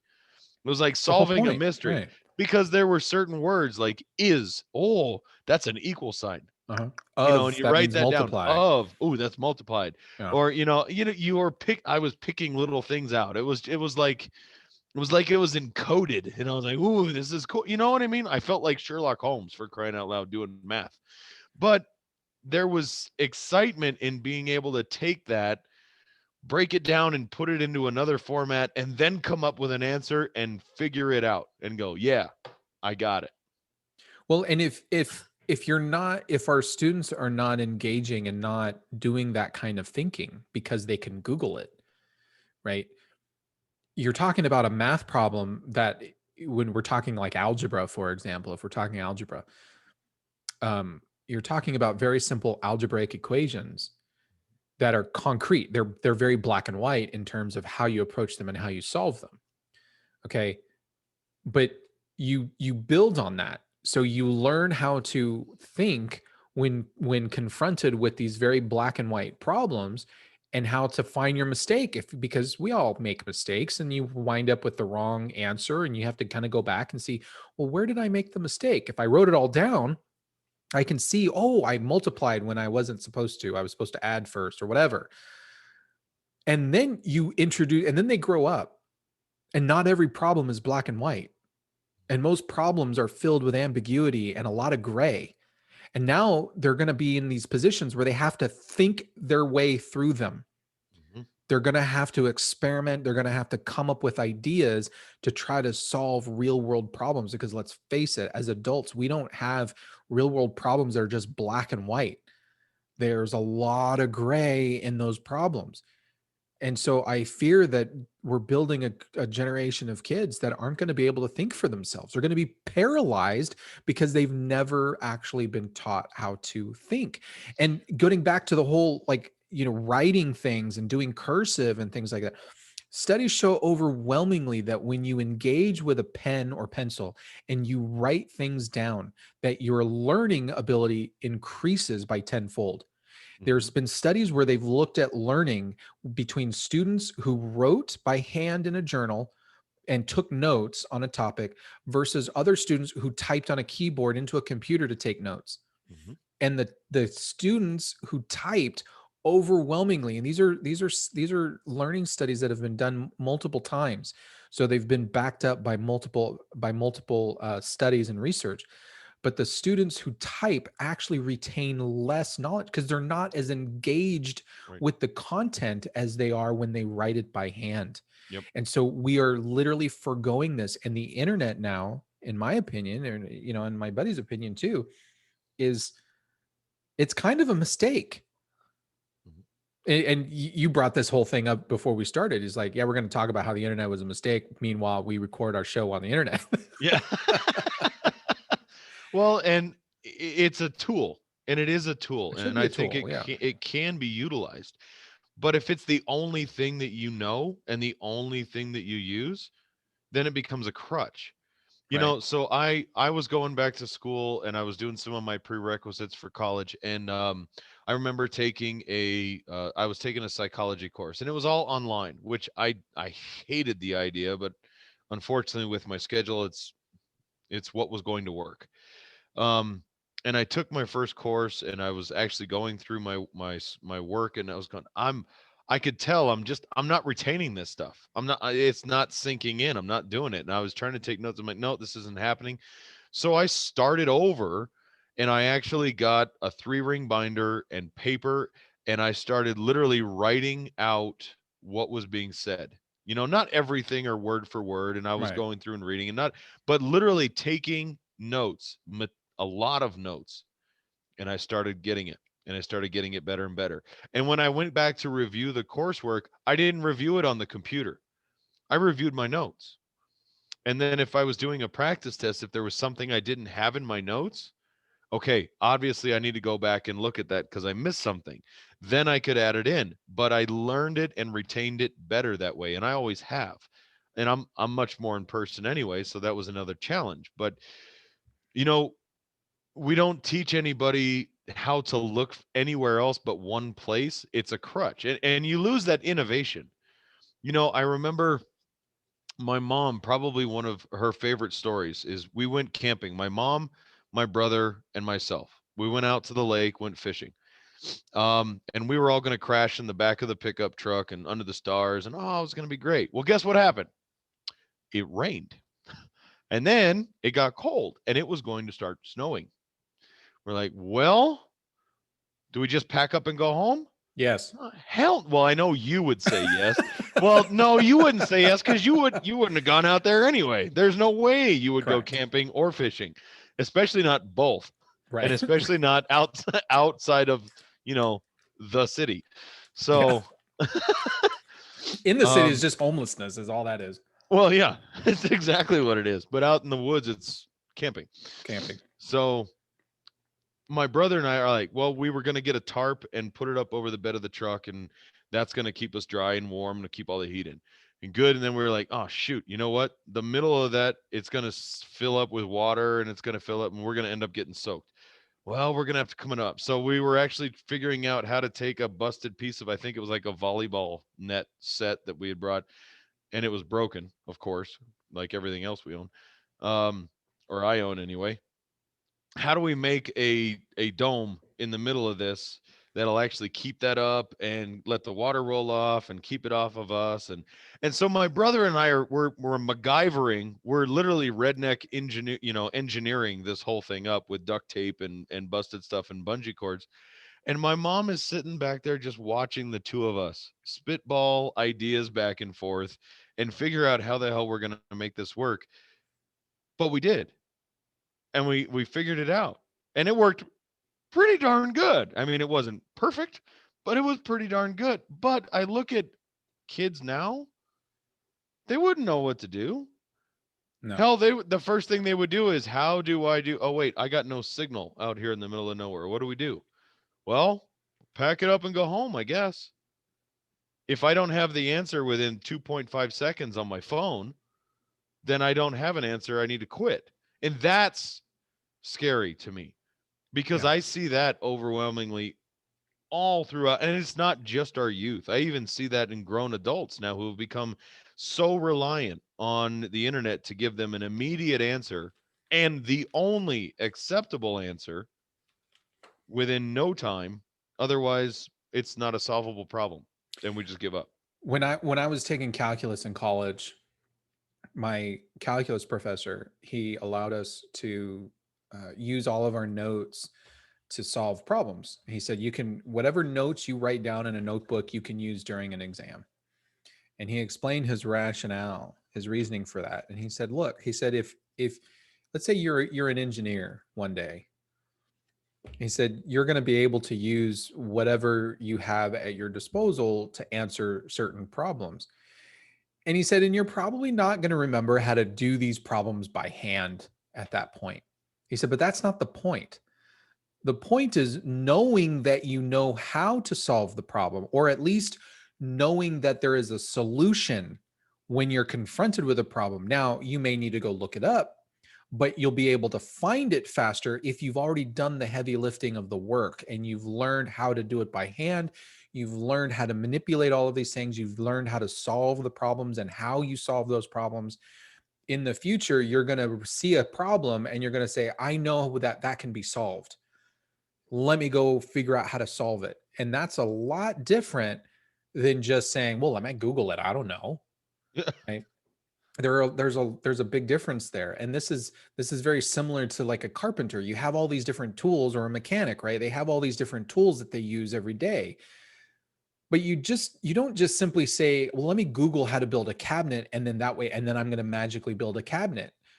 Right? You have to put your hands on all of the materials and do that work for it to actually make sense, and for you to learn how it is that you actually make those things and what the tools are for. Right? So Right. just because you give me a tool, I'm going to look at it and go, what the hell is this for?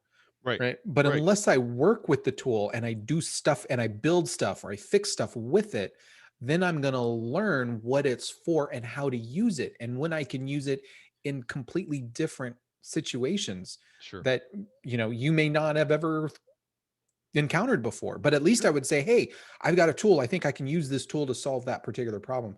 The same thing with things like math and history and all of those.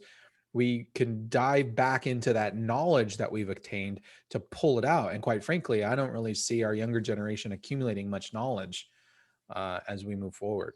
No, and unfortunately that's our fault as an older generation for allowing our laziness to become an overwhelming problem for our youth. Because you know what, not teaching children how to write their name in cursive, or hell, there's going to be a point where we're not going to even teach them how to print. Right. I mean, it's what the hell happens when they don't have a computer and they need to write something? But it's more than that. It's actually, my daughter gets ecstatic when she gets her name written down and it looks like, Madeline on there. She goes nuts. Daddy, look it. It's accomplishment. You're actually, and she's building up character and pride. And that was a huge obstacle for her. Now she's overcoming that. I mean, what is that building in her if I just teach her how to type it out on a keyboard, that does nothing. It does nothing for her development as a person or as an individual.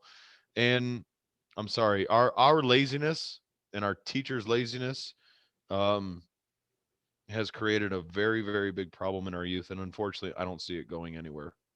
Yeah. All right.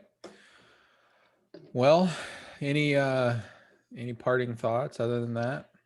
I don't think the internet is a villain, but I think it's pretty close. Yeah. I mean, I think the internet does provide a lot of great things, but I think society has used it as a crutch. I think for the most part, I think society has, for the most part, ignored a lot of its potential and focused on convenience more than anything. Yes. Yeah. And this is a problem of convenience, but the internet is a non-thinking entity. It's just a thing, right? So there's a lot of benefits out there. There's a lot of negatives as well, but society certainly is looking for the shortest path between 2 points, and we're erring, I think, with kids on the side of, and for ourselves even. I think there are a lot of people that are just like, I don't want to look it up. I don't need to know. I don't need to learn anything. I got Google, right? There are a lot of adults that take that stance, and we're just taking the easy way out.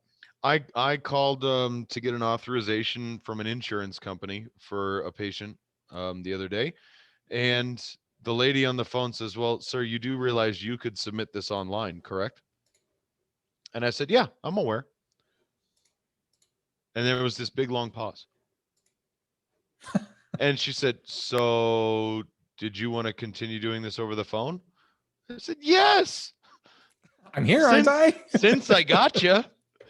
And she was legitimately put out that I wanted to continue doing this on the phone. And I'm like, your whole job is to answer the phone and help people. And I think I'm probably one out of the last 20 that you haven't been able to convince to hang up with you and go do it online. Yeah, well, What the hell? in the time it would take me to go learn how to do it online, I can just have a conversation with you and be done with it. Yeah, that's crazy. That's crazy talk. That makes you almost as odd as I am. Yeah. Almost. Well, for those listening, you can get all of our stuff at thefusionunderground.net and send us an email at contact@fusionunderground.net. We're on Facebook, we're on YouTube, we're on every place where you can get a podcast. Just do a search for Fusion Underground and you'll find us, or go out to our website, fusionunderground.net. You'll find all of our audio feeds. You'll see the videos that we post up there of us doing exactly this, talking about things that we pretend to know. That we pretend to know. So for Jason Moret, I'm Manuel Ramirez, and you've been listening to the Fusion Underground. Peace out. Have a good night.